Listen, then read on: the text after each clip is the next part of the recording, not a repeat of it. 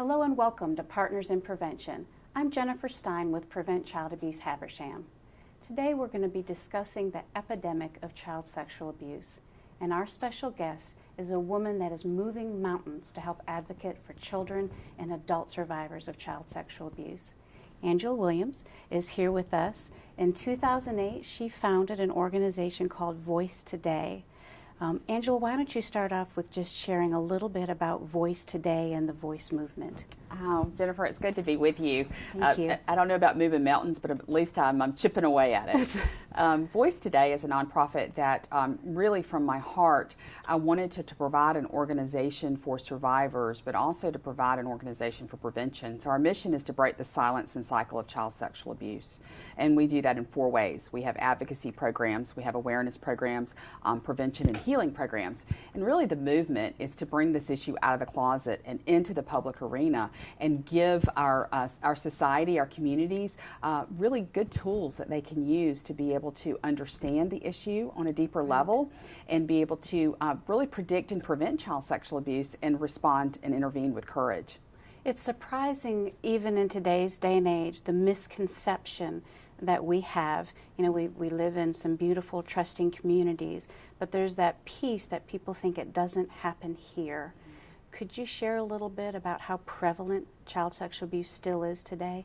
I think our viewers would just be shocked to know that 1 in 4 girls and 1 in 6 boys are sexually abused before they're 18 years old. Even more disturbing is that only 1 in 10 will ever tell. Right. And the median age of disclosure is actually 40 years old, which was shocking to me. You know, the median age is 9, and 70% of all sexual assault in this country happens to a child. So those are all very sobering statistics. They truly are. With that, you know, you're a survivor yourself. What might be a reason that they don't come forward? Because that's the tragic part, because there is hope and there is healing. So what might be a barrier for a victim? Well, I was sexually abused for 14 years by my stepfather. So often it's a family member or it's someone that's close. So a survivor is very much buried in shame and guilt, and oftentimes they're afraid that they won't be believed. And they're silenced really with fear and intimidation from the perpetrator, because they are really brainwashed into thinking somehow they were consensual in this act, and they're brainwashed into thinking that this perpetrator is going to, and oftentimes they threaten killing or harming either the victim or someone that's very close in the victim's life. In my own situation, my stepfather threatened killing my mother if I ever told. And as a victim, I was trying to do everything I could to protect my sisters from being sexually abused. So I really think survivors just walk in a very hard place of just being so ashamed that they just don't want anybody to know, so they keep it in. And then when they try to tell, they're met with denial, which often shuts them down. With that, you know, when you're holding this in and not able to open up because of what you're feeling, what are some of the health consequences that a victim might experience? Well, when you suppress that kind of trauma and that kind of stress, it manifests itself in various ways. I think one of the greatest things that we see is very self-destructive behaviors and patterns, such as addiction, such as cutting, such as eating disorders. Many victims suffer with PTSD, flashbacks, panic attacks. Right. Many victims have health consequences. The CDC has done it's called Adverse Children's Experiences Study, and that A study actually links childhood trauma to some very serious physical illnesses, hypertension, heart disease. A lot of autoimmune diseases are connected to child sexual abuse. So not only is it an emotional impact, it's also a physical impact on the body. With the approach that you've taken with your organization, how can somebody that might be, you know, ready to talk with somebody, what are some tools that might be available to them? Well, first of all, that is one of the greatest beginnings of a healing, of a path to healing, is to be able to break your silence and be able to share. So we really encourage, number one, to get professional help, to get some professional counseling. Right. Number two, to try to find a support group, and unfortunately, those support groups are rare and hard to find. Voice Today does facilitate a support group, and we're working to try to build those support groups in other communities. And then number three is we provide healing weekends, and that can be found on our website at voicetoday.org. And really, survivors, in order to heal, they need a good support system. Mm-hmm. And so often that's difficult when the abuse happens in the home, or when the abuse happens by a family member or by a close friend. Oftentimes, a survivor is ostracized when they do come forward, and they're not believed. So for our viewers that are listening, that are survivors, really, they need to know that they just didn't have the power as a child, and that it was not their fault. And that it does not matter whether someone believes or doesn't believe. You need to walk in your own truth. And that's really the most challenging and the most difficult thing for survivors to do. Wonderful.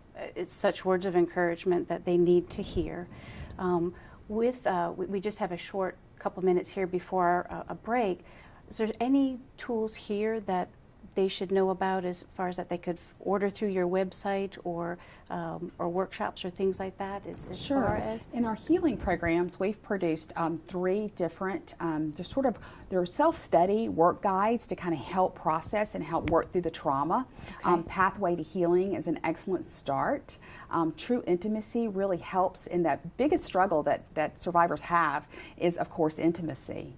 And then we have Shattering the Shame, and that's another huge struggle that survivors deal with, a lot of shame. So in that work study program, you have an opportunity to read testimony from other survivors, whether it's shame about their bodies, shame about who the perpetrator was, other areas that they have broken through that shame.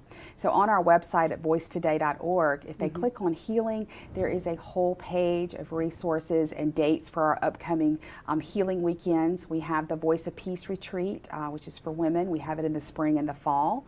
And we have the Voice of Power, which is for young girls ages 13 to 18. And we are just starting our Voice of Valor for young boys. And our hopes is to grow this into having also a healing weekend for men and for couples. Wonderful. Well, when we get back from our break, we're going to be talking more about the prevention piece of hopefully saving a child from ever experiencing such trauma. So we'll be back in just a moment. I was 9 when my stepfather began sexually abusing me. I was alone in darkness and lived in fear and shame. I had no voice.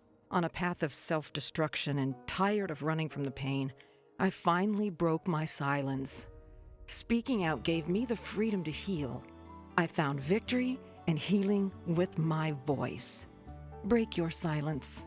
Victory begins with your voice. Join the Voice movement today. Welcome back to Partners in Prevention. Today's special guest is Angela Williams. Angela is a crusader for children, helping them overcome being a victim of child sexual abuse. And then she's also creating a movement for prevention for adult survivors to help with their healing. First segment, you learned a lot about, why Angela is doing what she is doing. You wrote a book, Angela. Share with us a little bit about that. Really, From Sorrows to Sapphires is my story. I really wanted people to understand how the child and why the child is so silenced, because I was silenced for 14 years. And then I wanted people to understand the journey of healing. It doesn't happen overnight. It's a very long journey, and I'm very honest and open to say I'm on my own journey still of healing, and it's like an onion. You just keep peeling back the layers. But From Sorrows to Sapphires, it's a fast read. I try to throw some humor into a very dark topic, but I think your viewers would enjoy reading it and understanding the issue. And for survivors, many survivors tell me that it really helps open their eyes in their healing. Some validation. Yes. And viewers can download that book if you go to your website, angelakwilliams.com, and there's a download where they can read the book for free. Yes. Wonderful. With your movement, prevention is such a key component, so that way children never have to experience this. What are some things that Voice Today is doing in regards to that? Well, Jennifer, as you know, we're never going to be able to stop the bleeding when we look at how many children are being sexually abused. And I think prevention is one of the most ignored strategies that we have to combat this. Which is a shame. It is so sad. So Voice Today is working on several initiatives. One is to provide training. There again, self-study workbooks, group study if someone chooses to do it in a group. And our greatest program and most popular is Tough Talk to Tender Hearts. And it's actually a coaching program that coaches parents, caregivers on what a child should know when, how to layer those conversations throughout a child's life, and how to look for signs and symptoms. What are the signs and symptoms of child sexual abuse? And then how to ask a child, which is that really tough question, and then how to respond. Because we want to ask a child in a way that would promote disclosure, but also protect that testimony. So we teach caregivers how to use reflective listening, how not to interject, how not to panic, which is customary. And then we also have the grooming mystery. We want to look at someone's appearances to make them safe for a child, where really we need to look at behaviors and what are some risky behaviors. Okay. And then we have single parenting solutions, which 40% of our children are being raised in single family homes, and they're very vulnerable. These children need attention, they need affirmation, and they are easily preyed upon. And then Courage to Speak really looks at the breakdown in our society, which we have a lot of work to do. We have a lot of work to do legislatively. We have a lot of work to do in changing social norms. And honestly, children aren't believed when they disclose. Even if they do have the courage, they're often shut down. So all the Voice Today programs can be found at voicetoday.org, and we're really just promoting education and understanding and really a deeper level of compassion for the issue of child sexual abuse, and helping caregivers know that it is a real risk, when we look at the numbers. Breaking that cycle, it is the awareness and the education is the only way to do it. So the one that you talked about, the coaching one with the adult and the child, to some degree that could be tied in with body safety awareness. Would that be correct? Okay. It can. What we encourage is that you begin at age 2, helping children name the anatomical body parts. And in our children's programs, our Gracie Finds Her Voice and Grant Gets His Shield, those books really help give parents a tool to talk to their children, not just about body safety, but the power of their voice and the power of personal boundaries and what that looks like. We so often don't understand that children aren't being taught about personal power, and that would make them more vulnerable to be sexually abused. Absolutely. So as a parent that's watching, you can simply take a hula hoop and you can share with your child what a personal boundary is. You can take a gift box when you're wrapping a present, and you can explain the difference between a secret and a surprise, and that no adult should ever ask you to keep a secret. You can reinforce just their no voice, helping them scream their no voice. So if they're threatened, they'll have the knowledge that it's okay for me to scream no. Kind of experienced it. Yeah. Well, I love the Gracie Finds Her Voice. I think what's nice for adults that are watching this, that book does not talk about the topic of child sexual abuse. None of our children's books do, because we really feel like, A, we don't want it to steal their innocence, and B, that's the conversation that the parent needs to have, and we don't need to have it in a book with them. But this opens up the conversation. This gives you an opportunity. When we look at Gracie struggling to find her voice, we look at the opportunity that then a caregiver could talk to their child and say, here's some ways that your voice may be taken away from you, and actually have the conversation over their personal private space, their personal parts. And then with Grant Gets His Shield, he's learning all about personal boundaries, because he's got a family member that's pinching his cheek and slobbering on him when she kisses him, and he doesn't know how to say that's not comfortable. So we help the child and we help the caregiver process through that conversation is you have the right to your own personal private space, and you have the right to reject any type of unwanted affection. So those are just really valuable tools that we're not teaching our children. And our third book, we're really excited. It's coming out at the end of the year, and it's called Gracie and Grant's Big Win, and it's all about self-esteem. So I think that's going to be really exciting. Wonderful. As the 3 books will be companion books, so one another teaching valuable lessons. You have another prevention program that you mentioned on your website. It's one that we are doing locally here through Prevent Child Abuse Habersham, and that's the Darkness to Light Stewards of Children training. Because Excellent. here you are building a child up, but ultimately it's the adult's responsibility to prevent child sexual abuse. So with that, any indicators there that you'd like to share, Angela, as far as the success of that program with you? I think Darkness to Light has done a fabulous job in spreading that program across the country, and we too are trained facilitators. And what we feel like is that's a 32,000 elevation view of child sexual abuse. You get to hear from survivors, and what Voice Today wants to do is be a companion to that program to actually give you the tools that you need. Hands-on to take it to the next level. But we also do the training and have the training online, and I'm so excited that you've got trainings coming up in the community. Yes, and so your website and then our website, thevoicetoday.org, and then preventchildabusehabersham.org also has access to when those training dates would be and how you can sign up to do it online. Well, Angela, when we get back, there's something that you've been a key person that we're going to talk about, the Hidden Predator Act. So when we return from this message, you'll learn more about that. When a person dies, their pain stops here. But for a victim of child sexual abuse, their pain can last a lifetime. 1 in 4 girls and 1 in 6 boys will be sexually abused by their 18th birthday. Only 1 in 10 will ever tell. Find your voice. Begin your healing. Go to voicetoday.org and join the voice movement today. Welcome back to Partners in Prevention. I'm Jennifer Stein with Prevent Child Abuse Habersham, and today we've been speaking with Angela Williams with Voice Today, her advocacy that she has been working with local lawmakers down at the state capitol this past year, victorious. Was it May 22nd? It was May 4th that it was signed into law, but it was a fierce battle to get this legislation passed. But we're real excited about House Bill 17 and really the power that it's going to have to help survivors to get justice, and also the power that it's going to have to expose predators in our communities. Tell the viewers, what is the Hidden Predator Act? What has that done? Or first, what is the act? Well, House Bill 17 became law in July, and House Bill 17 does 3 things. Okay. So the Hidden Predator Act, number 1, it provides a 2-year discovery rule.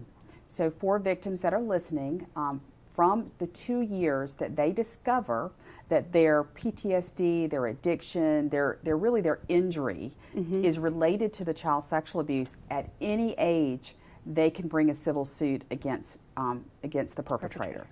Very good. Number 2, it provides a 2-year open window. So from July 2015 to July 2017, at any age, if you have a preponderance of evidence, you can bring a civil suit against your perpetrator. And number 3, it opened records. Prior to this law, if you were subject to an investigation as a child, those records were sealed, and even you as an adult had no right and could not open those records. So what we in essence did is opened up potential evidence for victims to have in their civil case.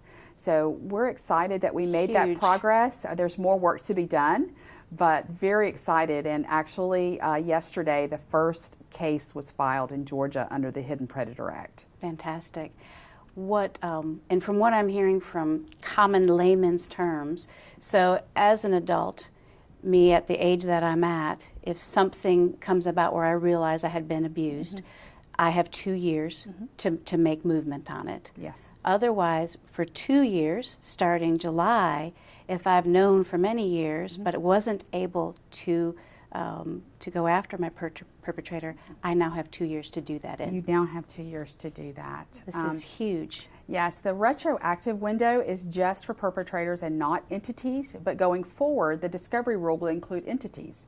Okay. So it would include anyone that covers up or is negligent in reporting child sexual abuse, be it a youth serving organization, be it a church, be it a faith center, be it a doctor. Okay. So it creates liability, and what we hoped would create demand for more training. More of this prevention, the Yes, darkness to exactly. light, other things. Exactly. So Wonderful. they will, it will be a risk management tool, really, for whatever organization or business to prevent any future litigation. And this just, then again, it reiterates that it can be prevented. With policies and procedures, these layers of protection, children will not have to suffer, and now victims can have even that final layer of healing.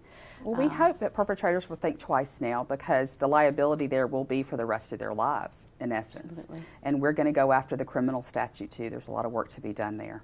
What about, you've broken down the law for us, what about a little bit more about the courage that it might take now? Here's this great Hidden Predator Act. What courage might it take for somebody to take this next step? It takes monumental courage, and it is definitely an emotional strain on a victim, because they have to relive the abuse, they have to find evidence, and often they have to find corroborating stories. So there are other victims out there. You know, one perpetrator has on average 117 victims.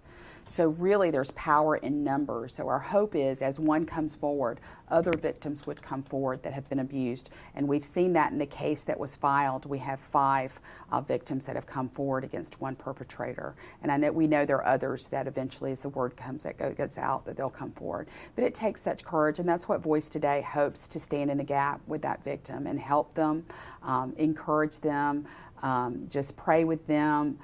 We've gone to court with victims, just to be that support network that oftentimes they're not going to get within their families and with their homes. Really, society just wants victims to be quiet. Just they want sweep us it to under just the rug. sweep it under the rug. So this movement is about giving them courage to speak and break their silence and get justice. Right. Now, what about through this, you know, as people hear about this, these retreats that you have? You know, you're reliving this trauma.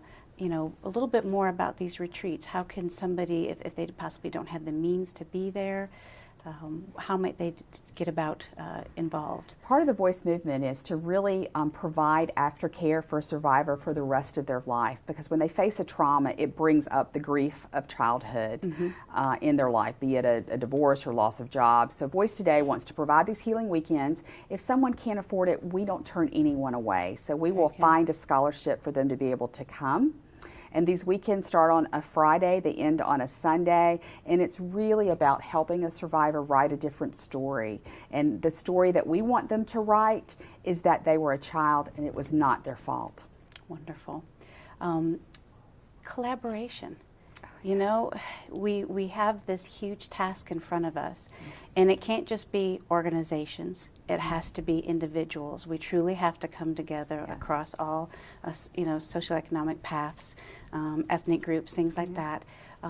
How can we work together? If somebody locally is listening and this has moved them, is there a portion that they can do to be helpful? Yes, I think this is a beautiful picture of collaboration. You represent Prevent Child Abuse Habersham. We represent Voice Today. We're working together to get the word out.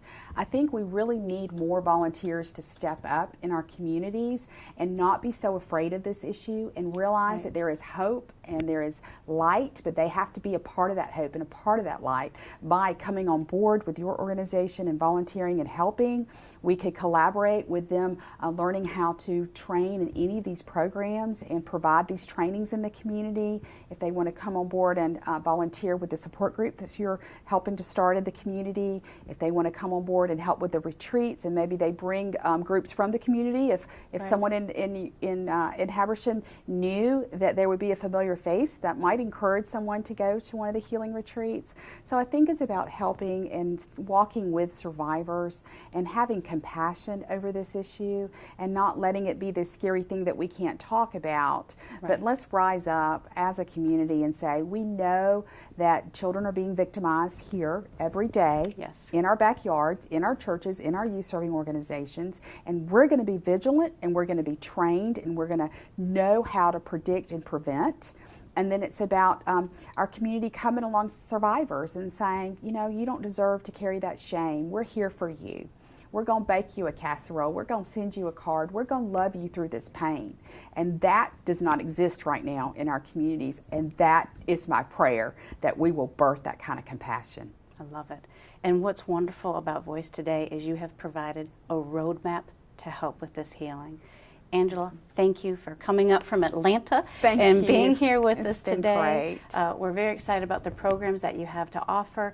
Once again, it's voicetoday.org, and then Angela's website is angelakwilliams.com. And then, of course, for future local trainings for Darkness to Light, you can go out to preventchildabusehabersham.org. Thank you again, Angela. Thank you.